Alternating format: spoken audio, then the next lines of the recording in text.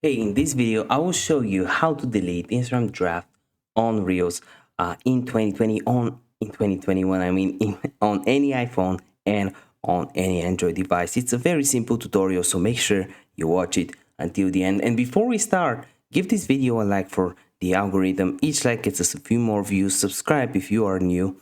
And hey, if you have any questions whatsoever around the video, let me know in the comment section down below. I would love to help you out. And also, comment down below which country are you watching this video from. I'm curious to know.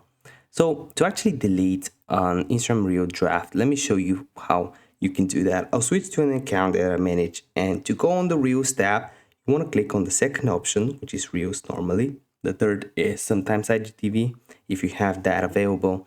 And if you go down below a little bit, you can see your draft. So you want to click on your drafts right here.